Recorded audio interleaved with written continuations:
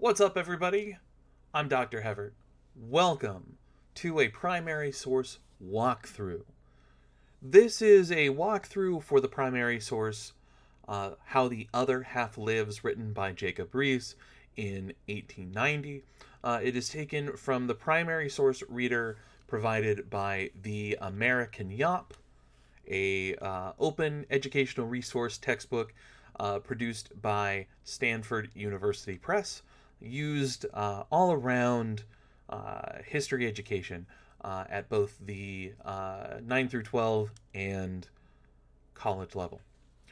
So, for my students who are wondering why I'm doing that intro, I am making these public so other people can use this as a resource. So that's what's going on here. Let's do this to really get us thinking about this primary source. And what I want you to do is, before we talk about anything that this source says, I want you to pause the video and I want you to answer the following question.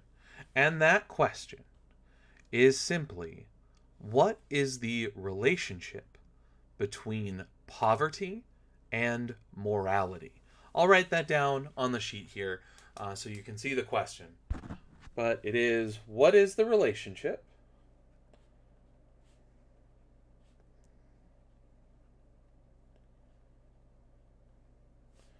between poverty and morality? So morality, not mortality, but morality. So yeah, pause the video and just, collect your thoughts. Maybe write a couple things down. Just jot down so you can have them in your mind as we go through this primary source together. So hit pause. And now hopefully you've hit play again and we're back. So here's what we're going to do.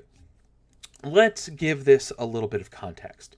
So if you are using the American Yop in your class, like my classes do, you're going to find the good historical context of this source in Chapter 18, Life in Industrial America. And in particular, if you go to Section 3, really, you'll find a lot of the background information that you need for this. You can also take a look at the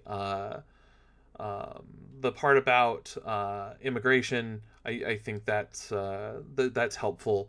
But more, you're going to find Jacob Riis in urbanization in that kind of conversation. So have a look at that in the main textbook, and that should give you a good kind of background if you haven't already taken a look at it.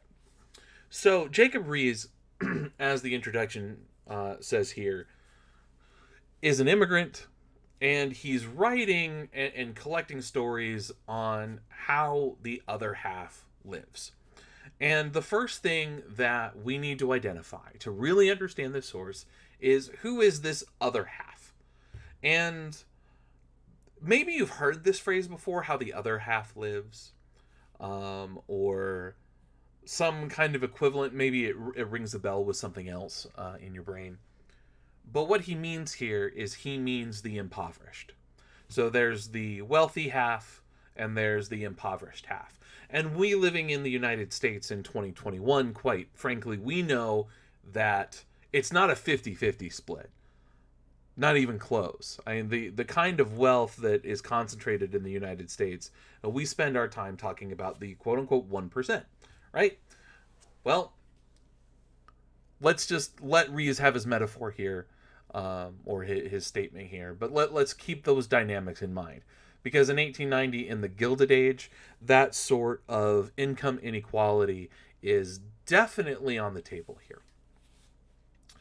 Now, we're going to get to this big question at the top of the primary source towards the end, but let's keep that in the back of our minds. So, Riis begins by talking about why he's writing this.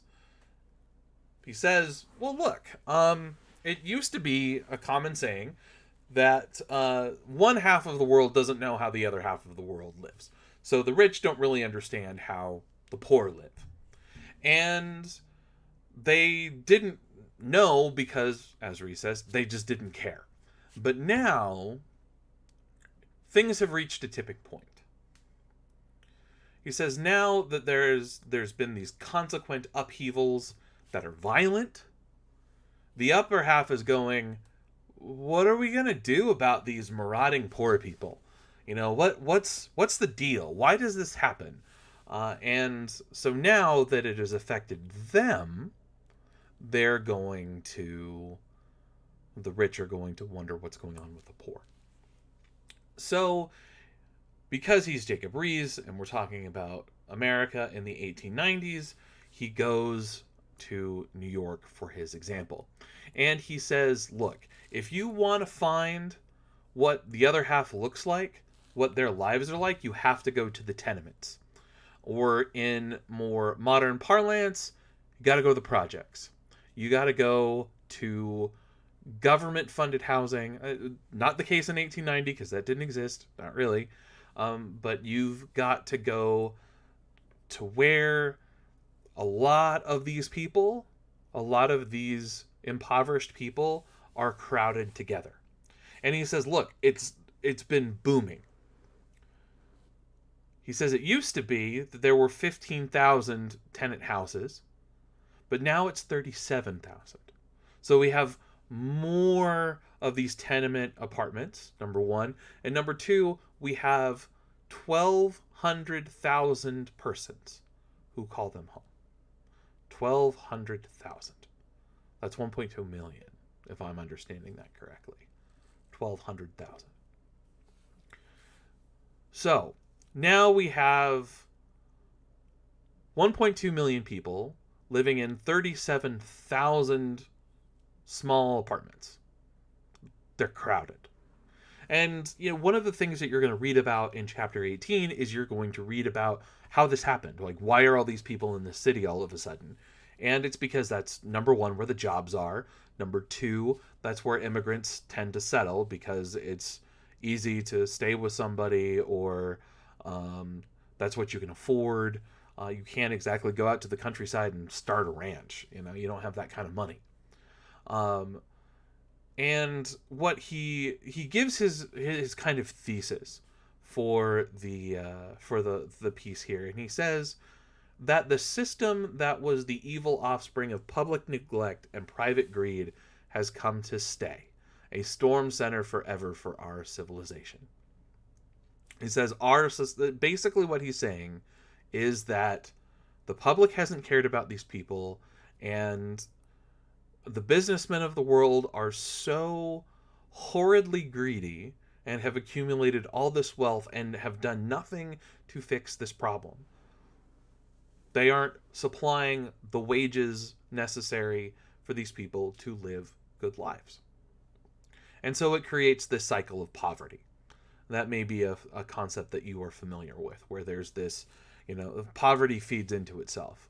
Or another way of putting that is it's really expensive to be poor, which might sound kind of silly, but think about it.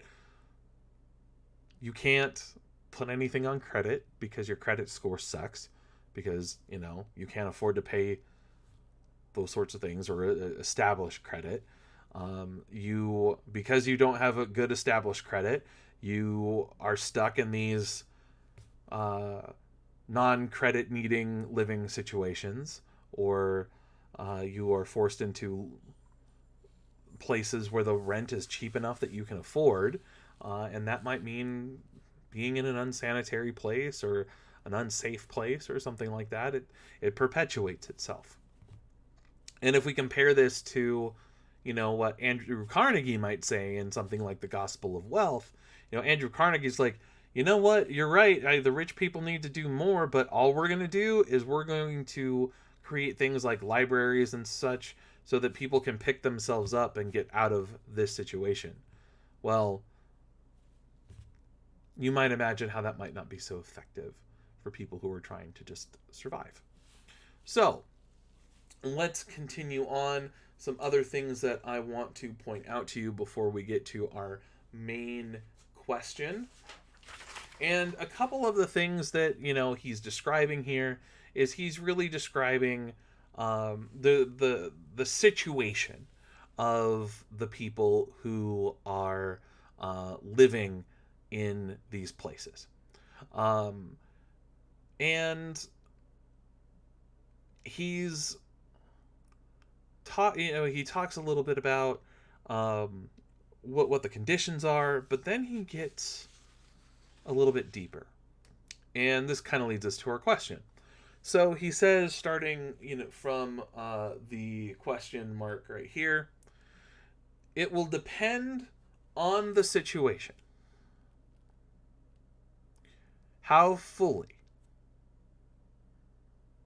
Sorry, I can read. It will depend on how fully the situation that prompted the challenge is grasped.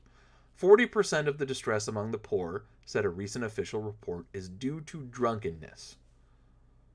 Okay, so the situation, the conditions that he describes up here, sickness, poverty, crime, it's hurting the American family, those sorts of things. Well, it's because all of these people are drunk. They're alcoholics. But then he says, but the first legislative committee ever appointed to probe this sore went deeper down and uncovered its roots. So he's saying here, the drunkenness is a symptom of a more potent disease.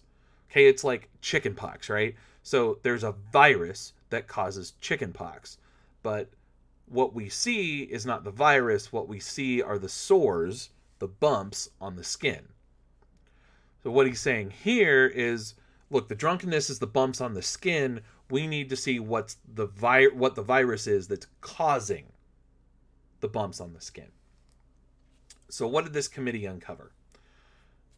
The conclusion forced itself upon it, the committee, that certain conditions and associations of human life and habitation are the prolific parents of corresponding habits and morals, and it recommended the prevention of drunkenness by providing for every man a clean and comfortable home. So what this commission has found is said, look, yeah, there are a lot of drunk people who live in these tenements. You're absolutely right. But the reason that they're drunk, the reason that they have turned to alcoholism, is because of their conditions. So in the marginal notes, I wrote out here, is this immorality just inborn? Like, is it a part of their DNA? Or is it an immorality that's born out of the environment? It's a nature versus nurture question. This is, something that you might consider in a philosophy class. Are people just immoral by their being human, or do their environment shape them in particular moral ways? So that's why I'm asking you the question, is there a connection, or what connection is there between poverty and morality? Is poverty the symptom of immorality? Is poverty caused by people's lack of moral fiber? Like the people who are impoverished themselves? Is poverty caused by the greed of others? These are questions that Jacob Riis is wrestling with. And, if you're wondering, well, we could still be wrestling with that question today, you're right. That's why we're bringing this up. And so what I want you to understand from this source, and why we're talking about this weird philosophical question, is that, this is the sort of thing that's informing the discourse of the 1890s. And when we push forward down the line into the progressive era, it's these questions that are going to take front and center stage, And we're going to see that there's going to be some attempt to fix them, for better or for worse. And that I can say would be of your personal kind of politics. So anyway, he wraps up by talking about a few other things, namely that this is not a good the situation in the tenements is not a good economic situation. That the people who are stuck in these tenements really have no way out, because their choices are, well, stay here and pay the rent, or get kicked out and be homeless. And Riis has come to the conclusion, essentially, that, you know what, the evil of all of this needs to be worked out at the upper level. That the other half, the poor, it's not really their fault. That the greed of the upper class, the normal half, not the other half, but the normal half, is causing the issue. That's Riis's thesis, or one of his arguments. He also gets down here and talks a little bit about Christianity, and he's criticizing moral reformers who are saying, look, if we just give these people Christianity, they'll fix themselves. And he ends with this really, really thought-provoking quote. And he says here, or he writes, "How shall the love of God be understood by those who have nurtured in sight only the greed of man?" And what he means here is he's making the argument that it doesn't matter how much Christianity you try to put into this system. These people aren't going, they don't want to hear about how God loves them when they are struggling to survive and scratching out an existence every single day. When they constantly see the greed of mankind, all of the immoral action of mankind, and hear from the same people that, well, if you just turn to God, everything will get better. That's a hard message to hear. I imagine that this is what a missionary would face in a place like the Congo, let's say, or any kind of war-torn nation or city-state or anything like that, where violence is the in and out of every day for these folks, only to have some, I assume this would be a white person because usually that's who it is, go in and just be like, well, look, everything will be better if you just turn to God. They're not going to want to hear that.